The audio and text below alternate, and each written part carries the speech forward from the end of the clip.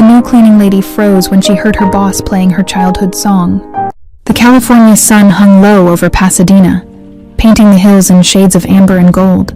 Emily Moore stood at the iron gates of the Carter mansion, her worn duffel bag clutched tight against her chest. The house loomed before her, a giant of stone and glass that seemed to touch the sky itself. She'd seen plenty of big houses before. Pasadena was full of them, but this one was different.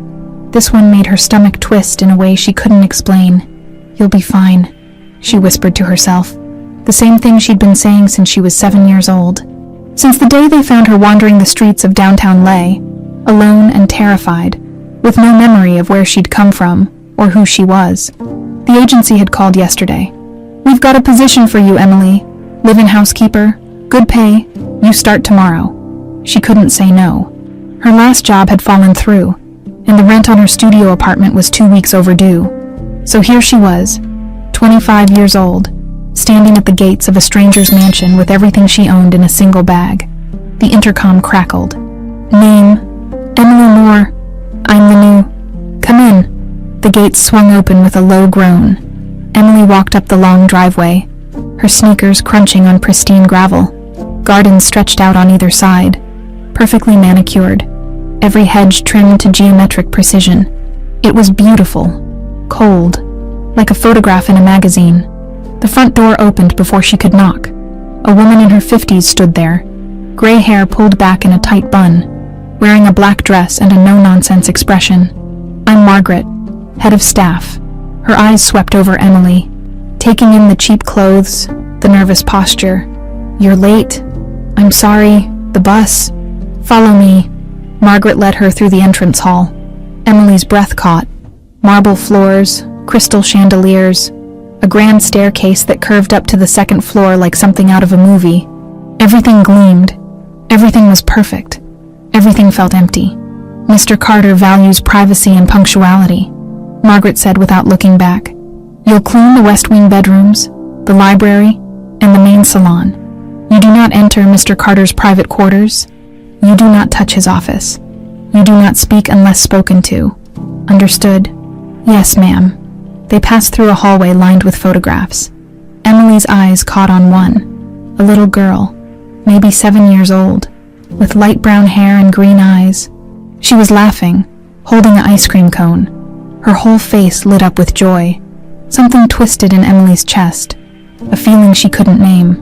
"Your room," Margaret said, opening a door at the end of a narrow corridor. The room was tiny, a single bed, a small dresser, a window that looked out onto the back garden. But it was clean. It was hers for now. "Uniforms in the closet. You start in 20 minutes. I'll show you the supply closet." Margaret left without another word. Emily dropped her bag on the bed and sat down. Her hands shaking, she'd learned long ago not to get attached to places. Foster homes, group homes, cheap apartments. They all blurred together after a while. But something about this house felt different. Like she'd been here before. Like she was supposed to be here. "Stop it," she muttered. "You're being ridiculous." She changed into the uniform, a plain blue dress that was a size too big, and tied her hair back in a tight ponytail. When she looked in the small mirror above the dresser, she barely recognized herself. Just another invisible person doing invisible work. That's what she'd always been good at. Being invisible. Margaret showed her the supply closet, the cleaning schedule, the rules. So many rules. Then she handed Emily a dust cloth and pointed toward the main salon. "Start there, mister. Carter doesn't like dust." The salon was enormous. Floor-to-ceiling windows flooded the room with afternoon light. White sofas, abstract paintings, and in the center, like a black jewel, a grand piano. Emily approached it slowly, the dust cloth forgotten in her hand. She'd never seen a piano this beautiful. The wood gleamed. The keys were pristine. She reached out, almost touching it, then pulled back. "You play!" Emily spun around, her heart hammering. A man stood in the doorway. Tall, 40-something dark suit, no tie. His face was handsome but worn, like he'd been tired for a very long time. His eyes, gray, sad, fixed on her. No, sir. I'm sorry. I was just... It's all right." He walked into the room, his footsteps soft on the hardwood floor. "I'm Michael Carter." Emily Moore, sir. I'm the new... I know. He stopped in front of the piano, his hand resting on its polished surface. Do you mind if I play? Of course not, sir. It's your house. A ghost of a smile crossed his face. You can call me Michael. He sat down at the piano bench and flexed his fingers. Then he began to play.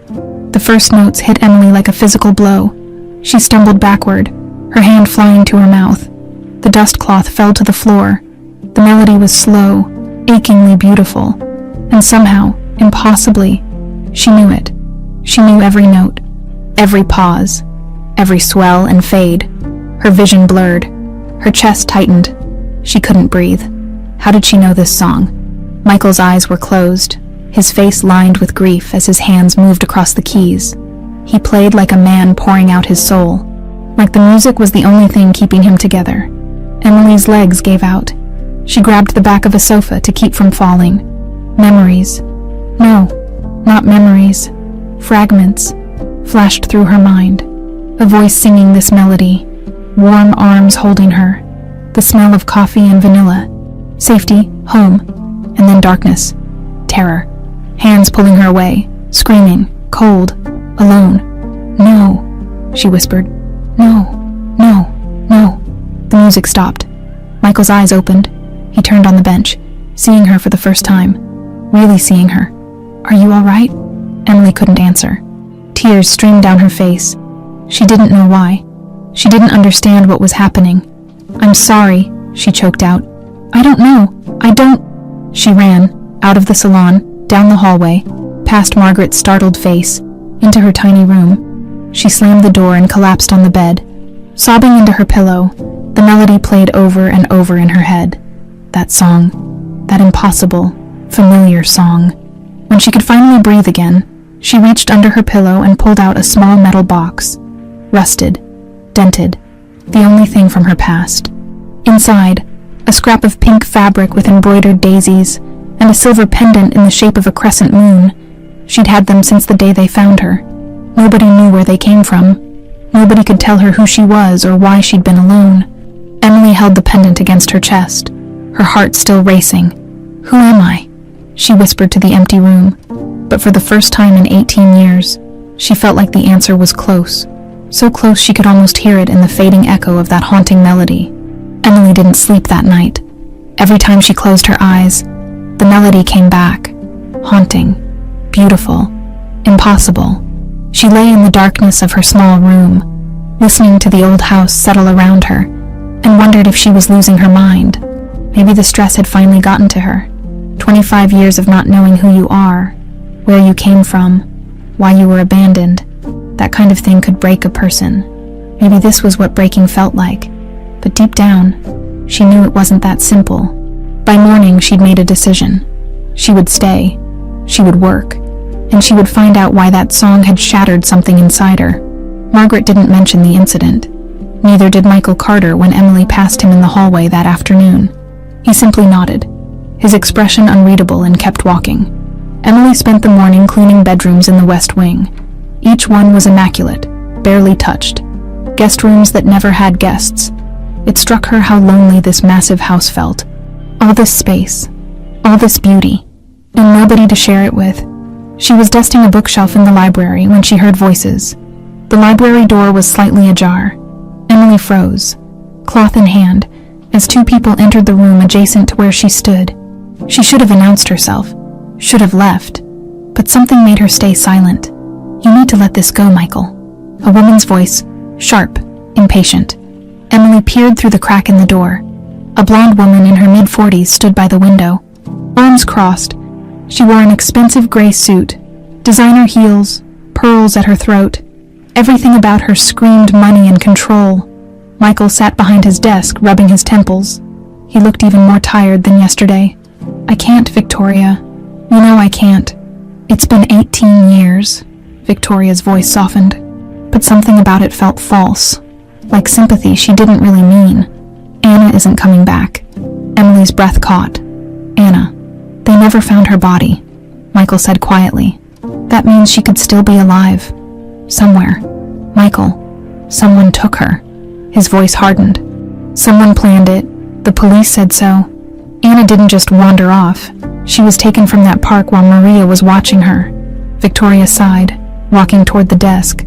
Maria is dead. The case is cold. The trail ended 18 years ago. You've hired investigators, offered rewards, done everything possible. At some point, you have to accept reality and move on. Move on. Michael's laugh was bitter. She was 7 years old, Victoria. My daughter. How am I supposed to just move on? By focusing on what you can control. The company, your future. You can't spend the rest of your life chasing ghosts. Emily's hands trembled. She backed away from the door as quietly as possible, her mind racing. Anna Carter, 7 years old, disappeared 18 years ago. The math hit her like a punch to the gut. 18 years ago, she would have been 7. The same age she was when they found her wandering the streets with no memory, no name, no past. No, it couldn't be. It was just a coincidence. It had to be. But even as she thought it, Emily knew she was lying to herself. She finished her shift in a daze, barely aware of what she was cleaning. As soon as Margaret dismissed her for the day, Emily practically ran to her room. She pulled out her phone, an old model with a cracked screen, but it had internet, and searched. Anna Carter. Disappearance Los Angeles. The results filled her screen. Article after article. News footage. Missing person posters. Emily's hands shook as she scrolled through them. Heiress vanishes from park. No trace found 7-year-old Anna Carter missing. Nanny found dead Michael Carter offers $1 million reward for information cold case. What happened to Anna Carter? Emily clicked on one of the articles. A photograph loaded. A little girl with light brown hair and green eyes smiled at the camera. She wore a pink dress with daisies embroidered on the collar. Around her neck hung a silver pendant, a crescent moon. Emily's vision tunneled. The phone slipped from her hands onto the bed. That pendant. She had that pendant. With shaking fingers, she opened her metal box and pulled it out. The crescent moon caught the light from her bedside lamp, gleaming silver. No, this was crazy. Lots of people had moon pendants. Lots of little girls wore pink dresses. It didn't mean anything. But Emily pulled up the photo again, zooming in on the girl's face. Light brown hair, check. Green eyes, check. A small, dark birthmark just below her left ear. Emily's hand flew to her own left ear. She stumbled to the small mirror above her dresser and lifted her hair. There, a small dark birthmark, in the exact same spot. Oh my God, she whispered.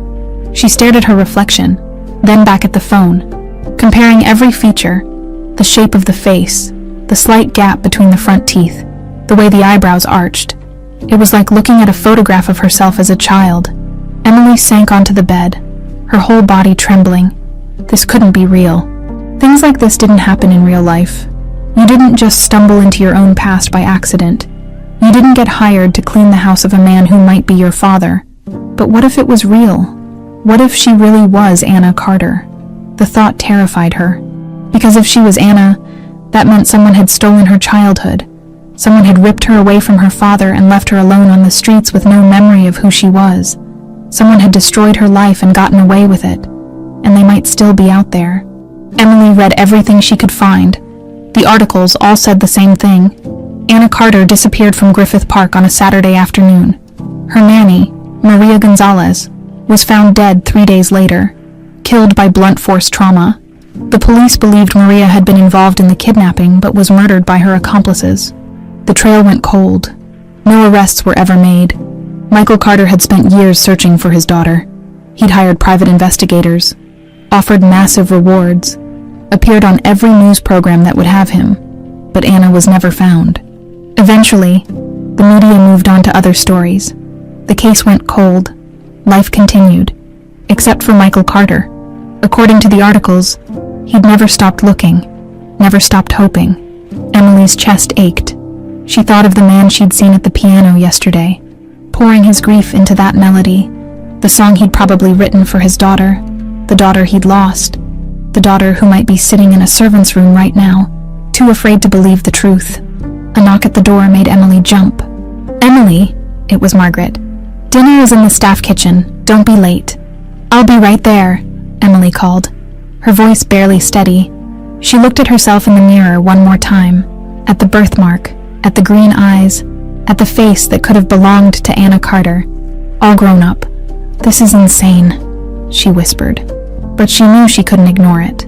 She had to find out the truth, even if it destroyed her, even if it meant discovering that her entire life had been built on a lie. Emily put the pendant back in its box and hid it under her mattress. Then she splashed cold water on her face, trying to calm the storm raging inside her. Tomorrow, she would start looking for answers. She would search this house for clues. She would watch Michael Carter closely. She would figure out what really happened 18 years ago. Because if she was Anna Carter, she deserved to know. And if she wasn't, well, at least she'd know that too. Either way, the not knowing was going to kill her. Emily took a deep breath and headed to dinner, her mind already spinning with plans. She didn't notice the blonde woman in the gray suit watching from the library window as she crossed the garden. Victoria Hale's eyes narrowed. Something about that new girl bothered her. The way she'd looked at Michael, the way she'd run from the salon yesterday. Victoria had spent 18 years making sure the past stayed buried. She wasn't about to let some nobody housemaid dig it back up. The dream started that night. Emily found herself in a bright kitchen, sunlight streaming through windows. The smell of coffee filled the air. Rich, warm, safe. Someone was humming. A man's voice, deep and gentle. "Good morning, princess." Large hands lifted her into the air. She was laughing, squealing with delight. The world spun around her in a blur of light and color. "Again, Daddy, again." Then the scene shifted. Darkness, cold pavement under her bare feet.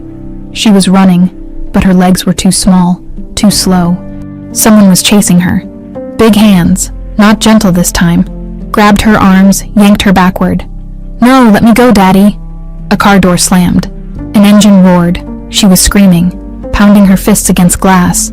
But nobody came. Nobody saved her. Emily woke up gasping, her sheets soaked with sweat. Her heart hammered against her ribs like it was trying to escape. She pressed her hands to her face and felt tears. The clock on her nightstand read 3:47 a.m. She didn't sleep again. Over the next few days, the dreams came every night. Each one showed her fragments, pieces of a life she couldn't quite remember, but somehow knew was hers. A birthday party with pink balloons, a woman with kind eyes reading bedtime stories, the feeling of small fingers on piano keys, someone's hands guiding hers, and always, that melody. During the day, Emily worked. She cleaned, she polished, she stayed invisible, but every spare moment, she watched, she listened. She learned the rhythms of the house. Michael Carter kept to himself mostly. He left for the office early, came home late. When he was home, he spent hours in his study or at the piano. The same song, over and over. Sometimes Emily would stand in the hallway just listening and feel her chest crack open with a grief she didn't understand. Margaret ran the household with military precision. The other staff, a cook named Rosa and a gardener named Tom, were friendly but distant. They'd all worked here for years, long enough to know not to ask too many questions. And then there was Victoria Hale. She came by the house almost every day, always with an excuse, documents for Michael to sign, company updates that couldn't wait, friendly concern about his well-being. But Emily noticed the way Victoria's eyes would sweep through rooms, taking inventory, the way she'd touch things that weren't hers, adjusting a picture frame here, straightening a book there, like she was already the lady of the house. Emily also noticed the way Victoria looked at her, cold, calculating, like Emily was a problem to be solved. On her third night in the mansion, Emily made a decision. She had to know more, and the only place that might have answers was the one place she wasn't allowed to go, the basement. Margaret had mentioned it on the first day. "The basement is off limits to staff. Storage only, mister. Carter keeps personal items down there." Personal items. Maybe even things that belonged to Anna. Emily waited until after midnight, when the house was silent and dark. She crept through the hallways in her bare feet, her heart pounding so loud she was sure someone would hear it. The basement door was locked, but the key hung on a hook in the kitchen. Emily's hands shook as she took it down. "Just looking," she whispered to herself, "just trying to understand." The basement stairs creaked under her weight. Emily winced at every sound, expecting Margaret to appear behind her at any moment. But the house stayed quiet. At the bottom of the stairs, she found a light switch. Fluorescent bulbs flickered to life, revealing a large room filled with boxes, old furniture, and filing cabinets. Emily started searching. Most of the boxes contained business documents, tax records, boring corporate stuff, but in the far corner, covered with a white sheet, she found something different. A child's rocking horse, a wooden toy chest, a small bookshelf filled with picture books. Emily's breath caught. She pulled the sheet away completely and knelt down beside the toy chest. Her hands trembled as she lifted the lid. Inside, dolls, stuffed animals, building blocks, all carefully preserved, like someone couldn't bear to throw them away. Beneath the toys, she found photo albums. Emily pulled one out and opened it. Page after page of photographs. Anna Carter at every age, as a baby, a toddler, a little girl, always smiling, always happy, always loved. In one photo, Anna stood in a garden, holding a watering can almost as big as she was. In another, she sat at the piano, her father beside her, both of them laughing. In another, she wore the pink dress with embroidered daisies, the crescent moon pendant bright against her chest. Emily's vision blurred. She turned the page and found more. Anna at a birthday party, Anna at the beach, Anna and her father at Christmas, surrounded by presents and twinkling lights. This little girl had been cherished, adored. This little girl had known exactly who she was and where she belonged. Emily touched the photograph, her finger tracing the outline of Anna's face. She looked so happy, so innocent. She had no idea what was coming, no idea that in just a few years, all of this would be ripped away. "Who took you?" Emily whispered. "What did they do to you?" She kept searching. At the bottom of another box, she found a pink dress. The pink dress, carefully folded, wrapped in tissue paper. Emily pulled it out with shaking hands. The fabric was soft, worn with love. The daisies embroidered along the collar were delicate, hand-stitched. Emily held it up to the light and saw it was small, child-sized, made for a 7-year-old girl. She reached into her pocket and pulled out the scrap of pink fabric she always carried, the piece she'd had since she was found. She held it up to the dress. It matched perfectly. The same shade of pink, the same daisy pattern, the same type of embroidery. This was where her piece had come from. This dress, this exact dress. Emily's legs gave out. She sat down hard on the concrete floor. The dress clutched to her chest. The evidence was piling up. The pendant, the birthmark, the fabric, the dreams, the melody, the age, the timing. It was all pointing to one impossible truth. She was Anna Carter. A sound from upstairs made her freeze. Footsteps. Someone was awake. Emily shoved everything back into the boxes as quietly as she could. She folded the dress, wrapped it in tissue paper, returned it to its place. Then she grabbed the photo albums and put them back exactly as she'd found them. The footsteps were getting closer. Emily ran for the stairs, switched off the light, and was halfway up when the basement door opened. Victoria Hale stood at the top of the stairs, her hand on the light switch. She wore a silk robe and her face was cold, alert. "What are you doing down here?"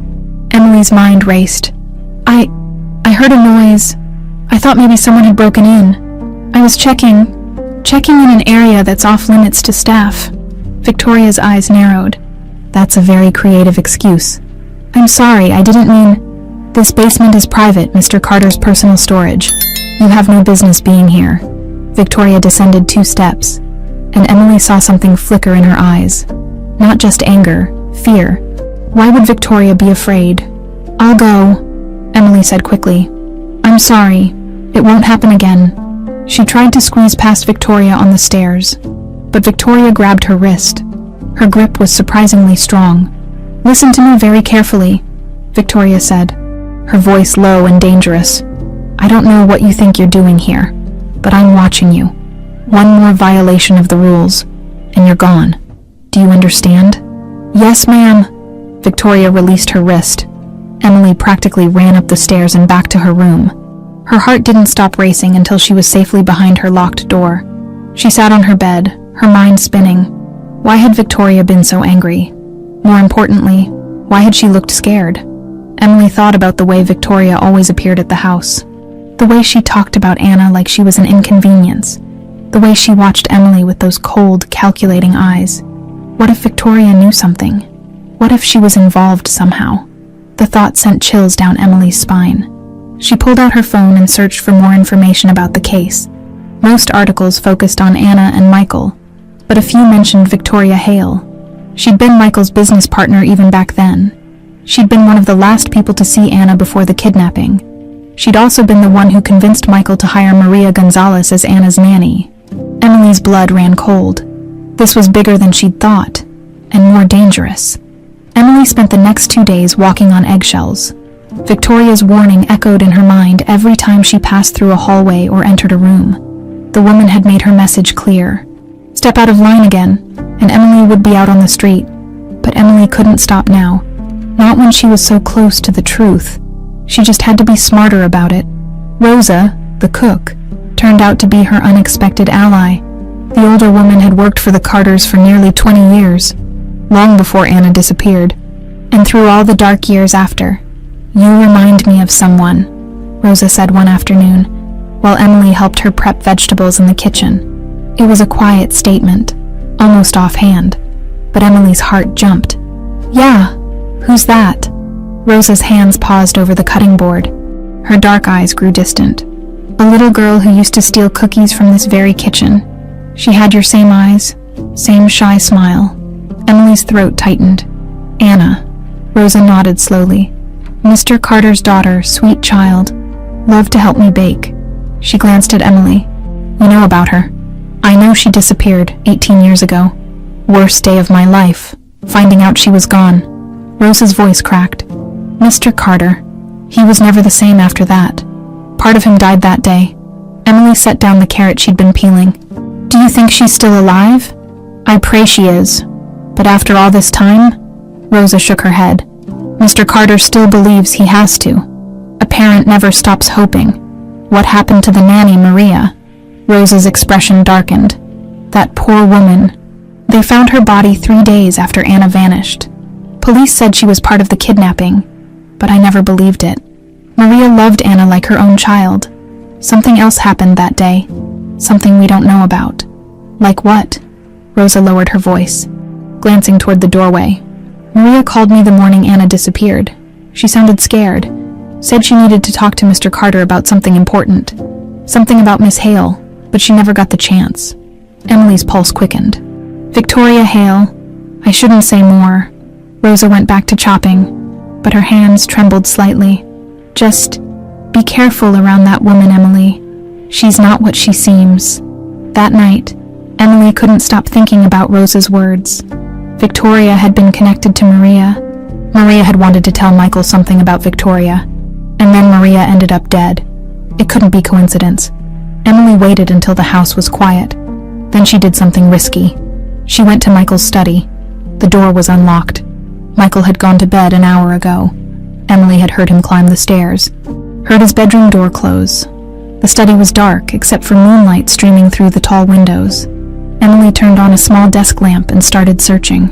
She found exactly what she was looking for in the third drawer, a file labeled Anna Carter, Investigation. Inside were police reports, private investigator notes, witness statements, and photographs.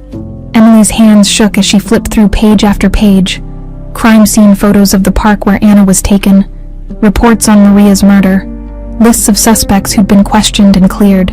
And then, tucked into a manila envelope at the back, she found a letter. The paper was old, yellowed at the edges. The handwriting was shaky, desperate. Emily's eyes widened as she read, "Mr. Carter, I am so sorry for what happened. I never wanted this. They made me do it. They threatened my family, said they would hurt my children if I didn't cooperate. I was supposed to take Anna to the park and leave her alone for 10 minutes. That's all. Just 10 minutes. I didn't know they were going to take her. I swear I didn't know. When I realized what I'd done, I tried to stop them. That's when The letter ended there, torn. The bottom half was missing. Emily's heart pounded. This was it. Proof that Maria had been coerced. Proof that someone had planned Anna's kidnapping and used Maria to do it. But who? And where was the rest of the letter? She searched the envelope again, but there was nothing else, just the torn page. Someone had destroyed the evidence. Someone didn't want Michael to know the whole truth. Emily was about to put everything back when she heard footsteps in the hallway. She froze. The footsteps stopped right outside the study door. Emily quickly shoved the file back into the drawer and switched off the lamp. She looked around frantically for a place to hide, but the room was too open, too exposed. The door opened. Michael Carter stood in the doorway, his hand on the light switch. He wore pajama pants and a t-shirt, his hair messy from sleep. His eyes widened when he saw her. "Emily, I'm sorry," she blurted out. "I know I shouldn't be here, What are you doing in my study at 2 a.m? Emily's mind raced. She could lie, make up some excuse about cleaning or checking for intruders. But looking at his face, tired, sad, broken, she couldn't do it. This man deserved the truth, or at least part of it. "I was looking for information about Anna," she said quietly. Michael's expression shifted. Surprise, then confusion, then something harder. "Why would you do that?" "Because I think..." Emily stopped. She couldn't say it. Not yet. Not without being sure. "Because I heard you talking about her, and I wanted to understand." "Understand what?" "What it's like to lose someone you love.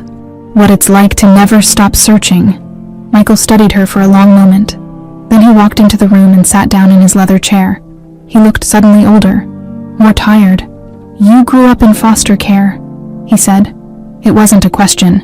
He'd obviously read her file when hiring her. "Yeah, no family. None that I know of. I was found on the streets when I was 7. No ID, no memory of where I came from. The state took me in." Michael's face went very still. 7 years old. "Yeah, same age as..." Emily caught herself. "The same age as a lot of kids who get lost in the system. Do you remember anything?" "From before?" Emily hesitated. She shouldn't tell him. It was too soon, but something about the way he looked at her, with such desperate hope, made the truth spill out. "Sometimes. Fragments. A melody. The smell of coffee. Someone calling me." She almost said princess, but stopped herself. "Someone calling me by a name I don't remember." Michael's hands gripped the armrest of his chair. "What else?" "That's all. Just pieces, shadows. It's like trying to remember a dream." They sat in silence for a moment. Emily could hear her own heartbeat. "I play the piano for Anna," Michael said finally. "Every day, the song I wrote for her 6th birthday. I play it because I need her to know I haven't forgotten, that I'll never stop looking. She knows," Emily whispered. "Wherever she is, she knows." Michael's eyes glistened. "I want to believe that." Emily took a breath. This was it. The moment. She reached into her pocket and pulled out the crescent moon pendant. "Do you recognize this?" Michael's face went white. He stood up so fast his chair rolled backward. His hand reached out, trembling, and took the pendant from her. "Where did you get this?" His voice was barely audible. "I've had it since I was found. It's the only thing from my past." Michael stared at the pendant, then at Emily, then back at the pendant. His breath came in short gasps. "This is Anna's. I gave it to her for her 7th birthday. She wore it every single day. She was wearing it the day she disappeared." The room seemed to tilt. Emily grabbed the edge of the desk to steady herself. "How did you get this?" Michael demanded, his voice rising. "Where did it come from?" "I don't know. They said I had it when they found me. Nobody knew where it came from or..." "What year?" Michael interrupted. "What year were you found?" 18 years ago. July. Michael's voice broke. Anna disappeared in July 15th. They stared at each other. Emily saw her own shock and disbelief reflected in Michael's eyes, but she also saw something else. Hope. Terrifying. Dangerous. Heartbreaking hope. The pendant lay on Michael's desk between them like a grenade with the pin pulled. Neither of them spoke. Neither of them moved. The silence stretched so long that Emily could hear the grandfather clock ticking in the hallway. Finally, Michael sank back into his chair. His hands covered his face. "This isn't possible," he whispered. "It can't be." Emily's legs felt weak. She sat down in the chair across from him, her mind spinning. "I know it sounds crazy," Crazy. Michael looked up, and Emily saw tears on his face. Crazy doesn't even begin to cover it. You're telling me you were found as a child with no memory, with my daughter's necklace, at the exact same time and age that Anna disappeared. I'm not telling you anything. I'm just showing you what I have. Do you understand what this means? I think so. Maybe. I don't know. Emily's voice cracked. I've spent my whole life not knowing who I am. And now there's this chance, this impossible chance, that maybe I belong somewhere, that maybe someone actually wanted me. Michael stood abruptly and walked to the window. His shoulders were rigid, his hands clenched at his sides. I've imagined this moment 1,000 times, he said quietly. Finding her, getting her back. But I never imagined it would happen like this. I never thought she'd walk through my front door as a stranger. We don't know for sure that I'm Anna, don't we? He turned to face her. The pendant, the age, the timing, the way you knew that melody. His voice grew stronger. I've been a father. I know what my daughter's eyes looked like. And when I look at you, I see them. Emily's heart hammered. What do? We find out the truth. Michael's expression hardened with determination. You do a DNA test.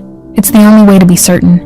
And if it's positive, then we figure out what happened to you, who took you, who's been lying to me for 18 years. His jaw tightened. And we make them pay. Emily thought of Victoria's cold eyes, her warnings, her fear when she'd caught Emily in the basement. I think Victoria might be involved. What? Rosa told me that Maria called her the morning Anna disappeared. Maria wanted to tell you something about Victoria, and then Maria ended up dead. Michael's face went pale. Victoria's been my business partner for 25 years. She's been my friend. She's helped me search for Anna. Has she, or has she been making sure you never found anything? The question hung in the air between them. Michael walked back to his desk and pulled out the file Emily had been looking through. He found the torn letter and stared at it. I always wondered why this letter was incomplete, he said slowly. The police said they found it like this in Maria's apartment. But what if someone got to it first?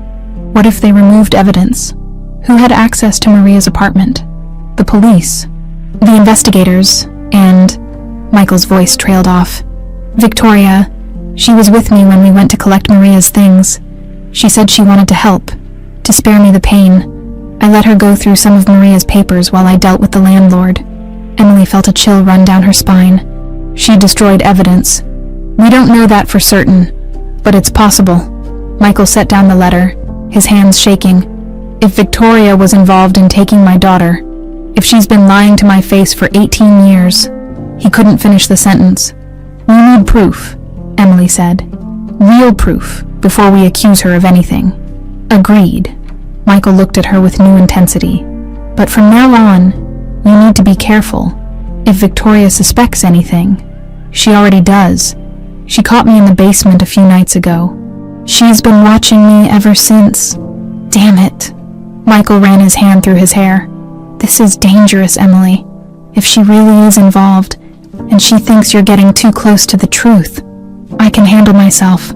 Can you, these people, whoever they are, killed Maria? They took a 7-year-old child and erased her entire identity. They're not going to hesitate to hurt you too. Emily met his eyes. I've survived worse. And if there's even a chance I'm your daughter, don't you think I deserve to know? Don't you think Anna deserves justice? Michael's expression softened. You're brave. Anna was brave too. For a moment, they just looked at each other. Emily felt something shift in her chest. A connection. Fragile but real. This man might be her father. The stranger whose house she cleaned might be the person who'd loved her first, before everything was stolen. I'll arrange for the DNA test tomorrow, Michael said. I have a private lab I've used before. Discreet, fast. We'll have results in 72 hours. And until then, we act normal. You keep working. I keep going to the office. We don't give Victoria any reason to suspect we're onto her. Emily nodded. What about the other staff? Rosa, Margaret, Tom. Rosa you can trust. She loved Anna. The others, keep them in the dark for now. The fewer people who know, the better. They talked for another hour, comparing notes, planning their next moves. When Emily finally left the study, the sky outside was turning gray with approaching dawn. She crawled into bed exhausted but unable to sleep. Her mind wouldn't stop racing. In 3 days, she'd know the truth. In 3 days, her entire life might change, or she might discover she was wrong about everything, and she'd have to go back to being nobody, belonging nowhere. Emily wasn't sure which possibility scared her more. The next morning, Victoria showed up at the house before breakfast. Emily was in the dining room, polishing silver candlesticks, when she heard Victoria's voice in the foyer. "I need to speak with Michael. Is he awake?" "In his study, Miss Hale," Margaret replied. Emily's hands stilled on the candlestick. She moved closer to the door. Listening, Victoria's heels clicked down the hallway. A knock. Michael's muffled voice inviting her in. The study door closing, Emily set down the candlestick and moved quietly through the house. There was a storage closet next to Michael's study. She'd discovered it while cleaning. If she could get in there, she might be able to hear their conversation through the shared wall. She slipped into the closet and pressed her ear against the wall. "Unusual for you to come by so early," Michael was saying. "I'm worried about you." Victoria's voice was syrupy sweet. "You've seemed distracted lately. Is everything all right?" "Everything's fine." "Is it? Because I've noticed you spending time with that new girl, Emily." "What's that about?" Emily's breath caught. "She's an employee, Victoria. Sometimes I speak to my employees. You never have before. What makes this one special?" There was a pause. Emily could almost see Michael choosing his words carefully. "She's a hard worker, that's all." Victoria didn't sound convinced. "Where did she come from? Who recommended her?" "The agency. Same place we get all our household staff." "I don't trust her." "Why not?" "I can't put my finger on it. Something about her feels off, like she's hiding something." Emily's heart pounded. Victoria was fishing, trying to gauge Michael's reaction. "You're being paranoid," Michael said calmly. "Am I, Michael? You're vulnerable. You always have been when it comes to Anna. Someone could take advantage of that. Someone could pretend to be something they're not. What are you suggesting?" "I'm suggesting you be careful. That girl shows up out of nowhere, and suddenly you're having private conversations with her. It's suspicious." "There's nothing suspicious about it." "Then you won't mind if I have her background checked?" "Thoroughly." Emily's blood ran cold. "That's not necessary," Michael said, his voice tight. "I think it is. For your own protection. Let me handle it. I have contacts at a private investigation firm. They can dig into her past, find out if she's hiding anything." "Victoria, please." "Michael, let me do this. If she's legitimate, we'll know for sure. And if she's not..." Victoria let the threat hang in the air. "Well, better to find out now than later." Emily didn't wait to hear more. She slipped out of the closet and hurried back to the dining room, her mind racing. Victoria was going to investigate her, and when she did, she'd find the gaps in Emily's history, the missing years, the questions with no answers, and then Victoria would know that Emily was dangerous. Emily had 72 hours to wait for the DNA results. She had a feeling Victoria wouldn't give her that long. The 72 hours felt like 72 years. Emily moved through the mansion like a ghost, cleaning rooms she barely saw, her mind constantly elsewhere. Every time she heard footsteps, she expected Victoria to appear with security, ready to throw her out. Every time her phone buzzed, her heart jumped. Michael had managed to convince Victoria to hold off on the background check. For now, he'd told her he'd handle it personally, that he didn't want outside investigators poking around his private affairs. Victoria hadn't liked it, but she'd agreed. Barely. The DNA samples had been taken discreetly. A private nurse came to the house under the pretense of giving Michael his annual physical. Emily had provided a cheek swab in Michael's study. The door locked. Curtains drawn. 3 minutes, and it was done. Now they waited. Emily tried to imagine both outcomes. If the test came back negative, she'd have to accept that this was all just a cruel coincidence. She'd go back to being nobody, and Michael would go back to his endless, hopeless searching. But if it came back positive, she couldn't even let herself think about it. The hope was too big, too terrifying. What if she was Anna Carter? What did that even mean? Could you just step back into a life that had been stolen from you 18 years ago? On the 3rd morning, Michael called her to his study. Emily's hands shook as she climbed the stairs. This was it. The moment everything would either fall into place or fall apart completely. Michael stood by the window, an envelope in his hand. His face was unreadable. "They sent the results," he said quietly. Emily couldn't move, couldn't breathe, and Michael turned to face her. His eyes were red, like he'd been crying. 99.9% genetic match. "You're my daughter. You're Anna." The world tilted. Emily grabbed the back of a chair to keep from falling. "Are you sure? Could there be a mistake? I had them run it twice. Different samples, same result." Michael's voice broke. "You're Anna. You're my little girl." Emily felt like she was drowning and flying at the same time. 18 years of questions, of not belonging, of feeling like a piece of a puzzle that didn't fit anywhere. And suddenly, impossibly, here was the answer. "I don't remember being her," she whispered. "I don't remember being your daughter." "I know." Michael took a step toward her, his hand outstretched but uncertain, like he didn't know if he was allowed to touch her. "But I remember. I remember everything.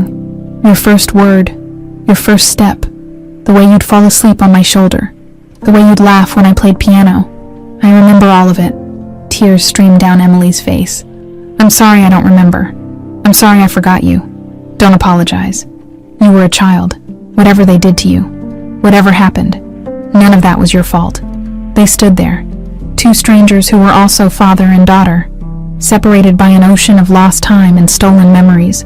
"Can I?" Michael's voice was tentative. "Can I hug you?" Emily nodded, unable to speak. Michael crossed the room in 3 strides and pulled her into his arms. He held her tight, like he was afraid she'd disappear if he let go.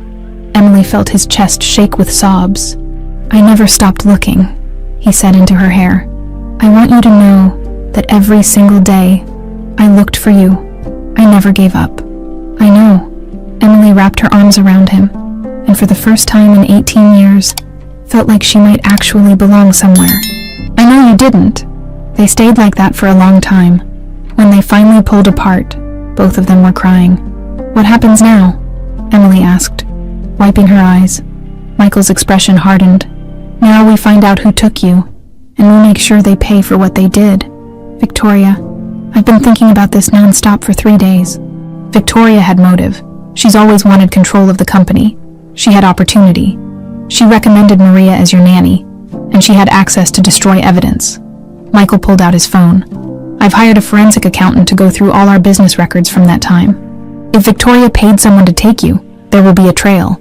How long will that take? A week? Maybe 2. But we can't wait that long. Victoria's already suspicious, if she figures out what we know." He didn't finish the sentence. Emily thought about the torn letter, about Maria's desperate attempt to warn Michael, about 18 years of lies and manipulation. We need to confront her. Not yet. Not until we have proof. She's not going to just confess, Michael. And every day we wait is another day she could run or destroy more evidence. Michael paced the room, clearly torn. "I want justice, Anna. God knows I want it. But I also want to keep you safe if we move too soon. I'm not a child anymore. I can handle this." He stopped pacing and looked at her. Really looked at her. Emily could see him trying to reconcile the 7-year-old he'd lost with the 25-year-old woman standing in front of him. "No," he said finally. "You're not a child. You're strong. Stronger than I ever could have imagined." He took a breath. "What do you suggest? We set a trap. We let Victoria think we're onto her, and we see how she reacts. Guilty people panic. They make mistakes. That's dangerous. Living is dangerous. I've been doing it alone for 18 years. At least now I've got backup." A ghost of a smile crossed Michael's face. Anna used to say things like that. Fearless. Too fearless sometimes. The smile faded. "It got her into trouble. It got her kidnapped," Emily said quietly. "No." Michael's voice was firm. "What got you kidnapped was the fact that someone evil decided to hurt you. That's not your fault.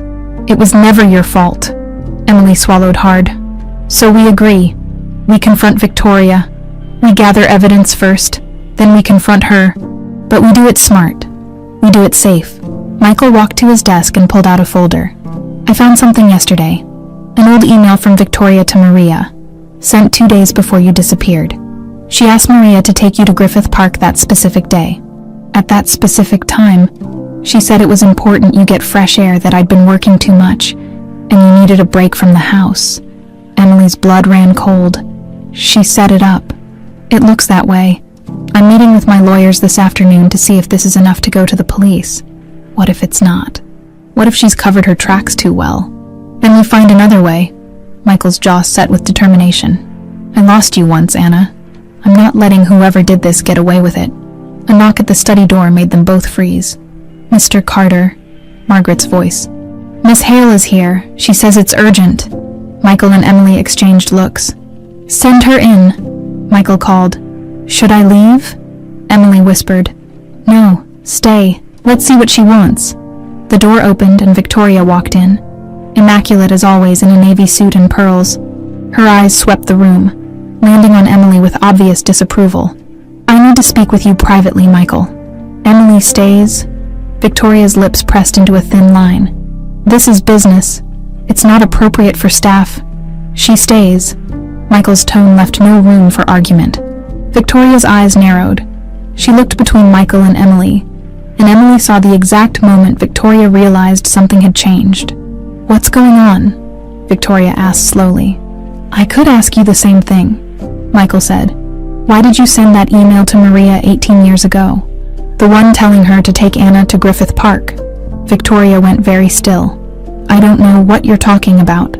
I found it in my archived emails, dated July 13th, 2 days before Anna disappeared. That was 18 years ago. I can't remember every email I sent. Try. The temperature in the room dropped 10 degrees. Victoria's polished facade cracked just slightly. I was trying to help. You were working yourself to death. I thought Anna needed to get out of the house. How convenient, and how convenient that you were the one who recommended Maria in the first place. What are you implying? Michael, I'm not implying anything. I'm asking direct questions. Questions I should have asked 18 years ago. Victoria's gaze shifted to Emily. This is about her, isn't it? That girl has poisoned your mind against me. Her name is Anna, Michael said quietly. And she's my daughter. The words hung in the air like an executioner's blade. Victoria's face went white, then red, then white again. That's impossible. DNA doesn't lie. You're being played. Can't you see that? She's a con artist, Michael. She found out about Anna and 99.9% match. Victoria, I had it tested twice. Victoria stumbled backward, grabbing the desk for support. For just a second, Emily saw pure terror in her eyes. Then it was gone, replaced by cold calculation. Well, Victoria said, her voice like ice. This changes everything, doesn't it? Victoria's mask was slipping. Emily watched as the woman who'd always been so composed, so in control, struggled to maintain her facade. Her perfectly manicured hands gripped the edge of Michael's desk, knuckles white. How long have you known? Victoria asked, her voice barely steady. Does it matter? Michael remained standing, his body positioned protectively between Victoria and Emily. Of course it matters. If you've known for weeks and didn't tell me, why would I tell you anything, Victoria? You've been lying to me for 18 years. I haven't... Don't... Michael's voice was sharp as a blade. Don't insult me with more lies. I've spent the last 72 hours going through every document, every email, every record from the year Anna disappeared, and you know what I found. Victoria said nothing. Her jaw was clenched so tight, Emily could see the muscle twitching. I found that you were drowning in debt that year, Michael continued. Your personal investments had tanked. You'd taken out loans you couldn't repay. You needed money desperately. Lots of people have financial problems. I also found that exactly 1 week after Anna disappeared, you suddenly paid off all your debts. Over $500,000 gone in a single transaction. Where did that money come from, Victoria? I sold some assets. Liar. Michael pulled a folder from his desk drawer and threw it down. Papers scattered across the surface.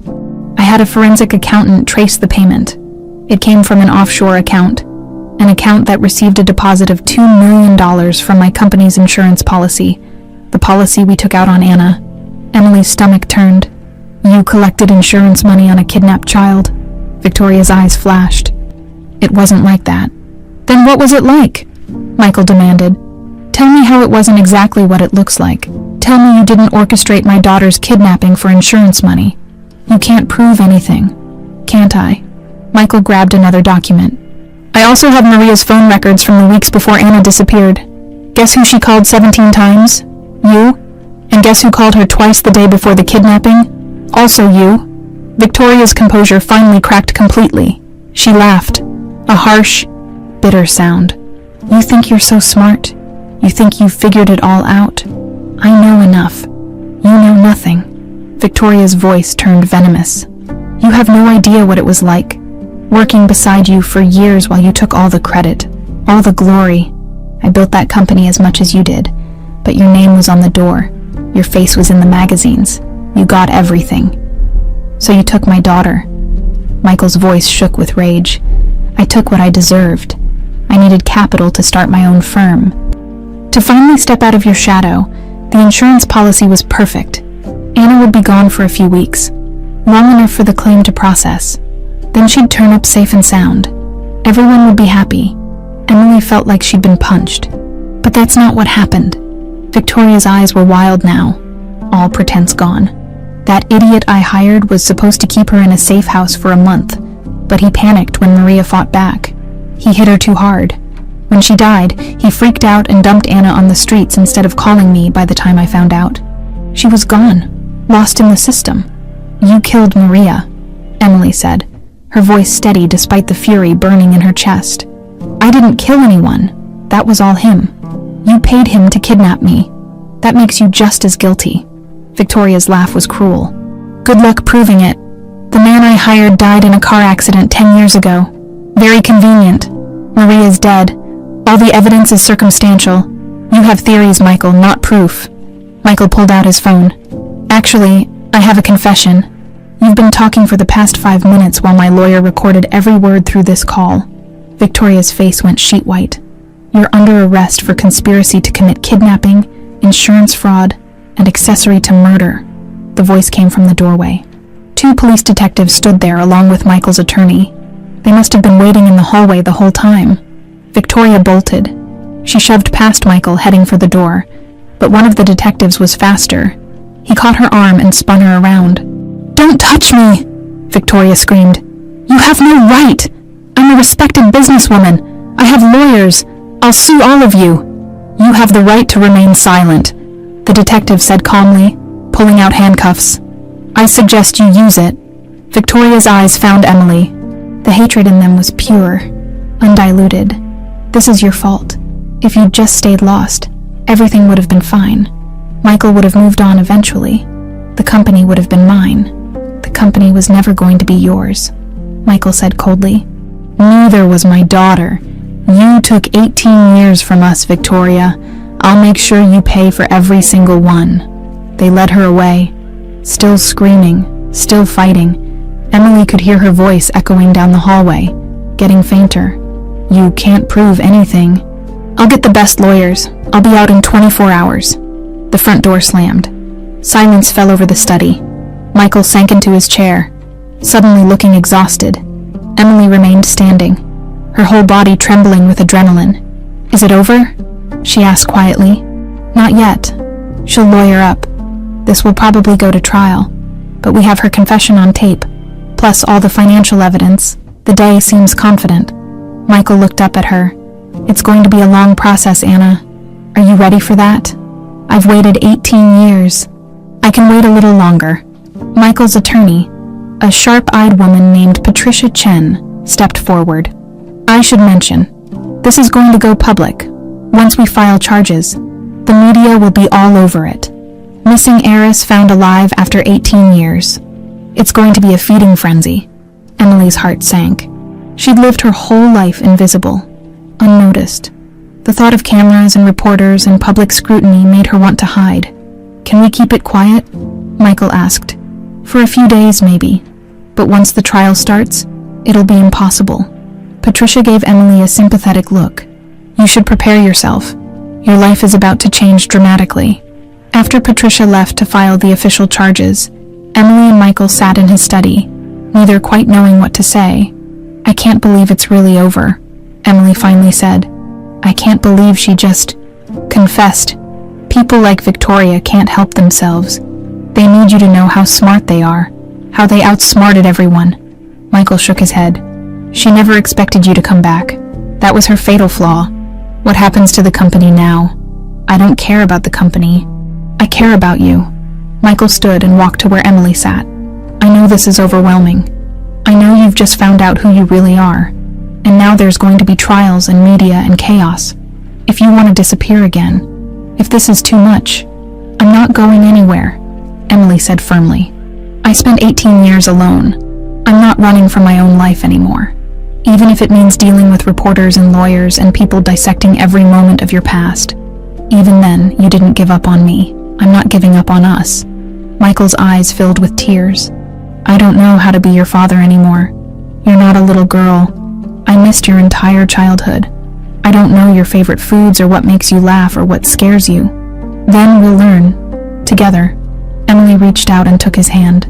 I don't remember being Anna Carter, but I can learn to be her again. We can figure this out. It won't be easy. Nothing worth having ever is.